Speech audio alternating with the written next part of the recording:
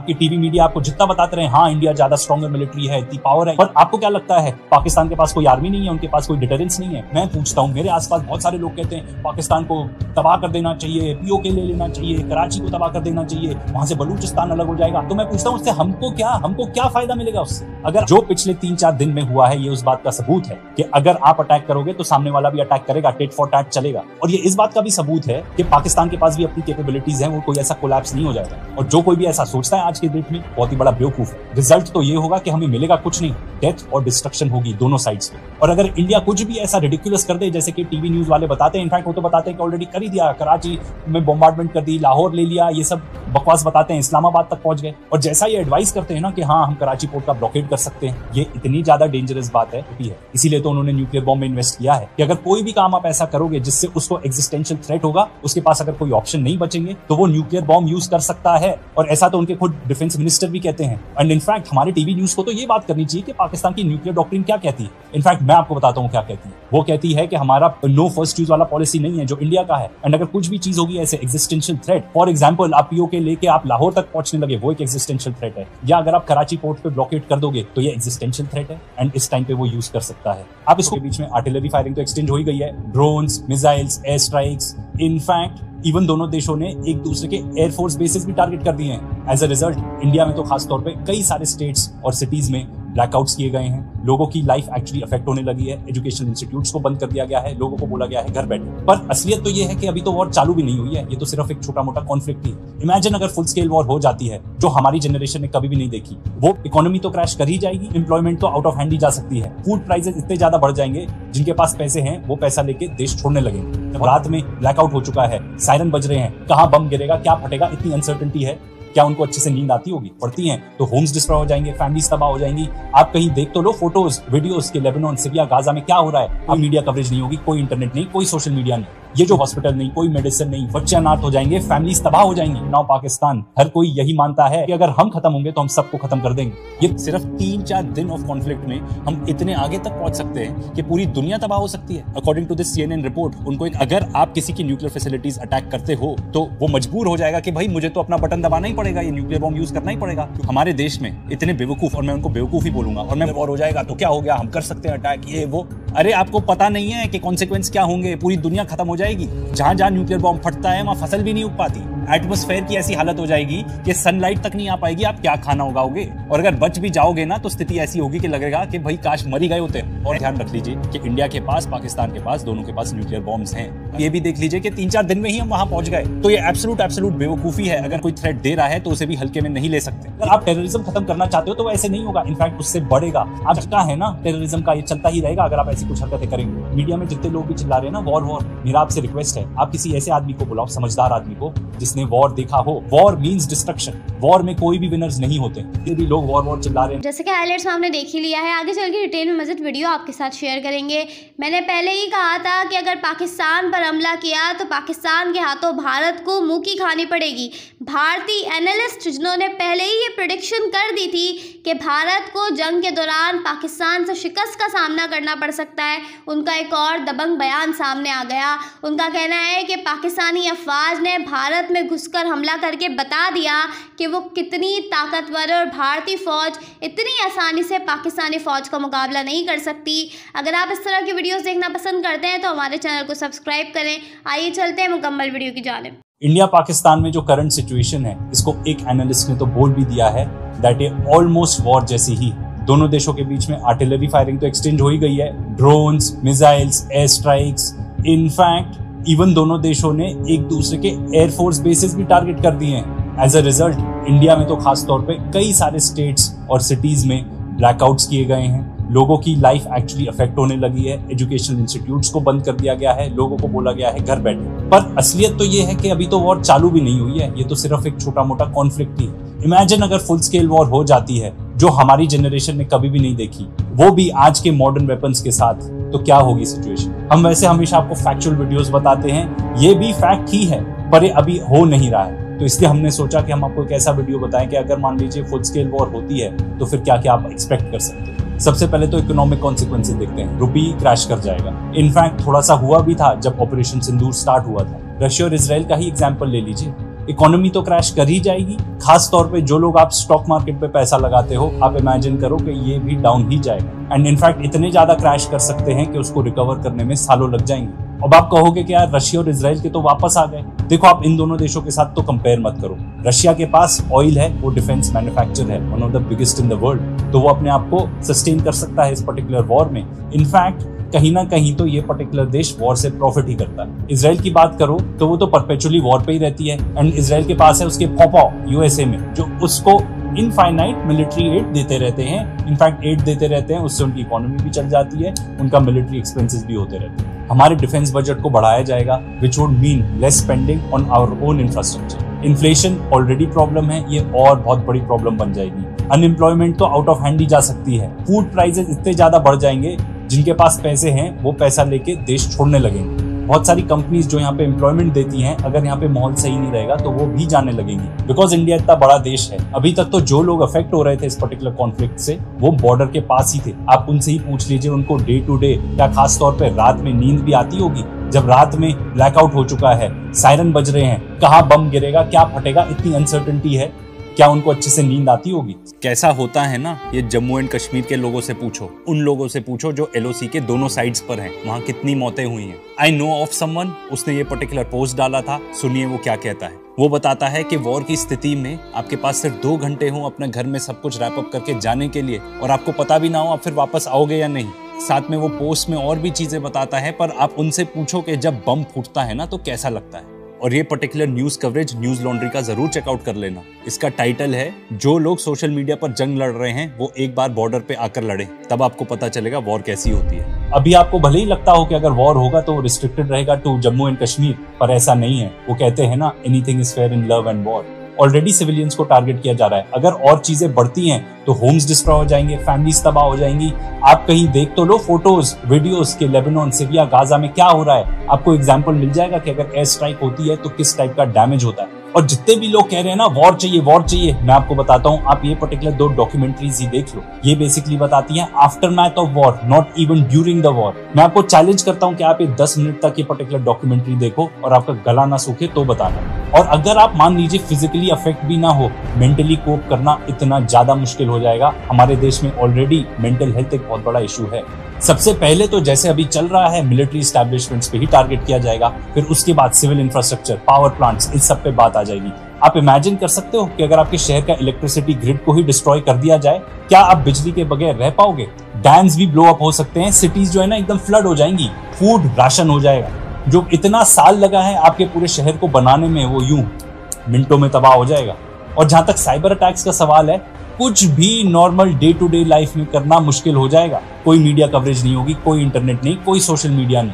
ये जो वॉर्स है ना, ये होते हैं वॉर्स ऑफ एट्रिशन एंड ये बहुत लंबे चलते हैं। आप रशिया यूक्रेन का ही एग्जांपल ले लो। कहाँ सोचा था कि रशिया तो इतना बड़ा देश है, यूक्रेन को यूं तबाह कर देगा। आज 3 साल हो गए हैं, अभी तक तो नहीं खत्म हुआ है वो वॉर। इजराइल पैलेस्टाइन को देख लो, वो तो खैर वॉर भी नहीं है, वो तो एक जेनोसाइड ही है। एंड इजरायलीज, जिनको हम मानते हैं कि one of the most formidable आर्मीज है, वो गाजा में हमास को नहीं हरा पा रही, जिसके पास ना कोई एयर डिफेंसेस हैं। वो तो एक इनफैक्ट एक मिलिशिया है, आर्मी भी नहीं है। यूएस इराक वॉर 2003 में चालू हुआ, 2011 में खत्म हुआ। एंड मैं फिर से बताता हूँ, आज की डेट में तो कॉन्फ्लिक्ट इतनी छोटी है, जो नॉर्थ में ही हमारे एयरपोर्ट्स हैं वही बंद हो गए। कितना बिजनेस का नुकसान हुआ है आप इमेजिन भी नहीं कर सकते। लोगों को बोल दिया है अंदर रहो, बिजनेस सफर होता है, स्कूल नहीं जा पाएंगे आपके बच्चे, पढ़ाई नहीं कर पाएंगे, कोई पर्सनल लिबर्टी नहीं रह जाएगी। ये जो मॉडर्न वॉरफेयर है ना, ये सिर्फ एलओसी तक सीमित नहीं रहता, ये कब आपके घर तक पहुंच जाएगा आप इमेजिन भी नहीं कर सकोगे। मैं तो खुद ही बताता हूँ कि इतने टाइम से हम बाहर के वीडियोस देख रहे हैं कि ईरान में ये हो गया, इजराइल में ये हो गया, सीरिया में ये हो गया, गाजा में ये, लेबनान में ये, ऐसे एयर स्ट्राइक्स हो रही हैं। पर जब आज के डेट में वो हमारे घर तक पहुंच गया है, ये कितना स्कैरी है आप इमेजिन नहीं कर सकते कि क्या क्या हो सकता है। दोनों देशों के पास ऐसी मिसाइल्स हैं कि वो कभी भी किसी भी सिटी को टारगेट कर सकती है। इससे पता है क्या होगा, अगर एक भी सिटी को बॉम्बार्ड किया मिसाइल से, लाखों लोग डिस्प्लेस हो जाएंगे, उनके पास घर नहीं होगा। आपने इतनी मेहनत करके जो घर बनाए ना, एक चुटकी में वो सब खत्म, आपकी पूरी फैमिली तबाह हो सकती है। बहुत मुश्किल है ना इसको इमेजिन ही करना। जी हाँ, वॉर ऐसा ही होता है। अगर एक अटैक हुआ एक सिटी पे, you know what will this result in? कोई हॉस्पिटल नहीं, कोई मेडिसिन नहीं, खाना नहीं आ पा रहा, पीने तक को पानी नहीं मिलेगा, बच्चे अनाथ हो जाएंगे, फैमिलीज तबाह हो जाएंगी।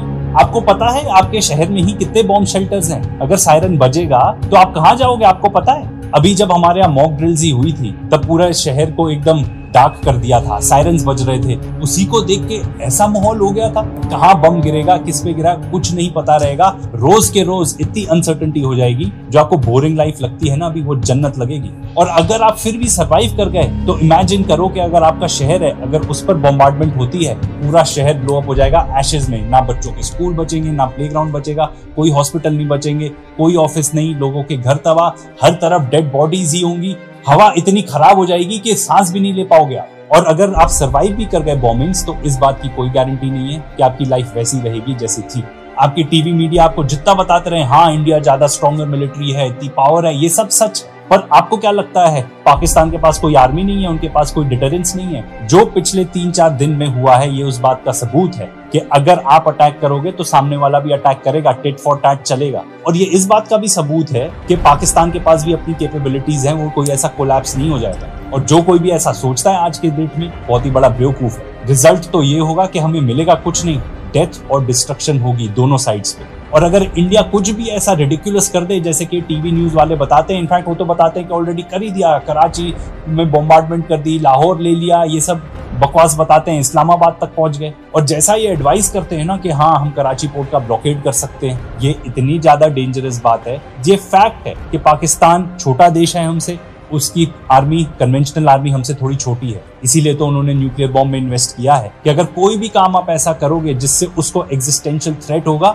उसके पास अगर कोई ऑप्शन नहीं बचेंगे तो वो न्यूक्लियर बॉम्ब यूज कर सकता है। और ऐसा तो उनके खुद डिफेंस मिनिस्टर भी कहते हैं। एंड इनफैक्ट हमारे टीवी न्यूज को तो ये बात करनी चाहिए कि पाकिस्तान की न्यूक्लियर डॉक्ट्रिन क्या कहती है। इनफैक्ट मैं आपको बताता हूँ क्या कहती है। वो कहती है कि हमारा नो फर्स्ट यूज वाला पॉलिसी नहीं है जो इंडिया का है। एंड अगर कुछ भी चीज होगी ऐसे एग्जिस्टेंशियल थ्रेट, फॉर एग्जांपल आप पीओके लेके आप लाहौर तक पहुंचने लगे, वो एक एग्जिस्टेंशियल थ्रेट है। या अगर आप कराची पोर्ट पे ब्लॉकेट कर दोगे तो ये एग्जिस्टेंशियल थ्रेट है एंड इस टाइम पे वो यूज कर सकता है। आप इसको गूगल करके देख लो, कोई भी देश, चाहे वो रशिया हो, ईरान हो एंड नाउ पाकिस्तान, हर कोई यही मानता है कि a world without our country is not a world worth living. क्योंकि अगर हम खत्म होंगे तो हम सबको खत्म कर देंगे। ये तो थी वॉर की बात। आफ्टर मैथ ऑफ वॉर क्या होगा?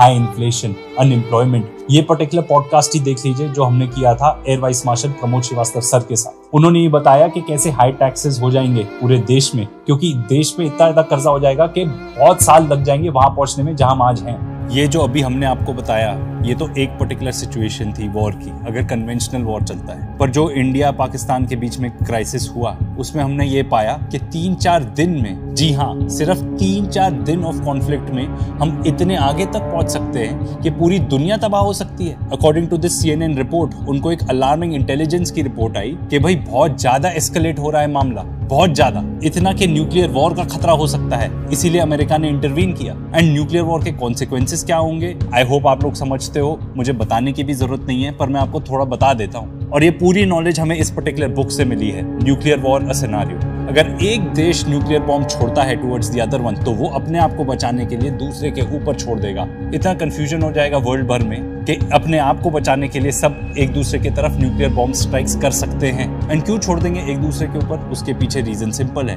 न्यूक्लियर बॉम्ब एक डेटरेंट है। एंड अगर आप किसी की न्यूक्लियर फैसिलिटीज अटैक करते हो तो वो मजबूर हो जाएगा कि भाई मुझे तो अपना बटन दबाना ही पड़ेगा, ये न्यूक्लियर बॉम्ब यूज करना ही पड़ेगा, क्योंकि वो अगर वो मेरी कैपेबिलिटी को खत्म कर देता है तो मैं खत्म हो जाऊंगा। ये जो पर्टिकुलर कॉन्फ्लिक्ट थी हमारी, इससे क्लियर होता है कि 3-4 दिन में हम कहाँ पहुंच सकते हैं। हमारे देश में इतने बेवकूफ, और मैं उनको बेवकूफ ही बोलूंगा और मैं बुड्ढे भी बोलूंगा, क्योंकि ज्यादातर उस पर्टिकुलर एज के लोग ही ये सब बात कर रहे हैं कि न्यूक्लियर वॉर हो जाएगा तो क्या हो गया, हम कर सकते हैं अटैक, ये वो।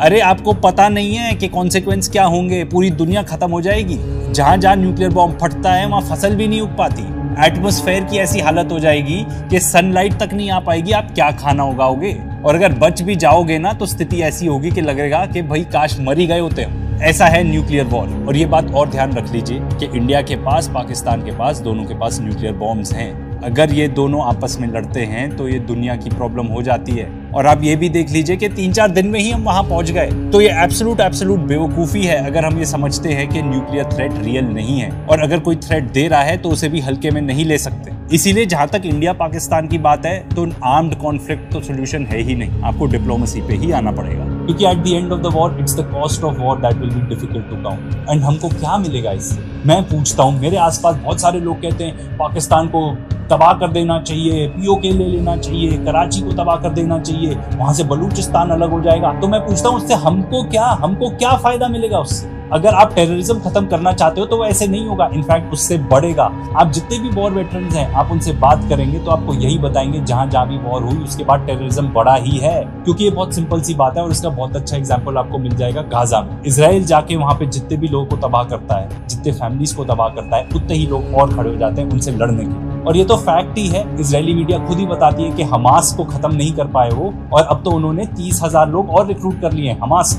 तो ये जो चक्का है ना टेररिज्म का, ये चलता ही रहेगा अगर आप ऐसी कुछ हरकतें करेंगे। मीडिया में जितने लोग भी चिल्ला रहे हैं ना वॉर, मेरा आपसे रिक्वेस्ट है, आप किसी ऐसे आदमी को बुलाओ, समझदार आदमी को जिसने वॉर देखा हो, और उससे पूछो कि वॉर कैसा था। एंड अगर मीडिया तो देखो ऐसा करने वाली है नहीं, है डाउट, आप खुद जाके ये जो पर्टिकुलर डॉक्यूमेंट्रीज हमने आपको बताई हैं, हम फिर से बता रहे हैं, लिंक्स भी देंगे डिस्क्रिप्शन में, जाके देखिए। Pictures of death and destruction, war कैसा होता है, वॉर के बाद क्या होता है वो देखिए। क्या आप चाहते हैं आपका शहर, आपका देश भी ऐसा बन जाए? ये जो वॉर्स हैं ये हमारी दुनिया में ही हो रहे हैं, तो हम कैसे कह सकते हैं हमारा वॉर अलग होगा? वॉर मीन्स डिस्ट्रक्शन, वॉर में कोई भी विनर्स नहीं होते। इसलिए मेरे आपसे रिक्वेस्ट है, जितने भी लोग वॉर चिल्ला रहे हैं ना, do not wish for war. अपने लिए खुद डेथ एंड डिस्ट्रक्शन अपने आप के लिए मत विश करो। और हमारी जो इंडियन ऑडियंस है उनके लिए एक और बात, दो जो बहुत बड़े थ्रेट्स हैं हमारे लिए आज के डेट में, वो है मिस इन्फॉर्मेशन, डिसइन्फॉर्मेशन। और ये बात तो हमारे फॉरेन सेक्रेटरी विक्रम मिस्री ने भी कहा है अपनी इतनी सारी प्रेस कॉन्फ्रेंसेज में। इसीलिए बहुत इंपॉर्टेंट बात है, भारतीय एकता जिंदाबाद। तो ये थी आज की वीडियो। अगर आप भारतीय मीडिया का रिएक्शन देखना और सुनना पसंद करते हैं तो ज़ेड क्रिकेट को सब्सक्राइब करें, बेल आइकन पे क्लिक कर लें ताकि जैसे ही कोई नई वीडियो आए आपके पास फौरन से नोटिफिकेशन आ सके। इसके अलावा आप हमें फेसबुक और टिकटॉक पर भी फॉलो कर सकते हैं, लिंक आपको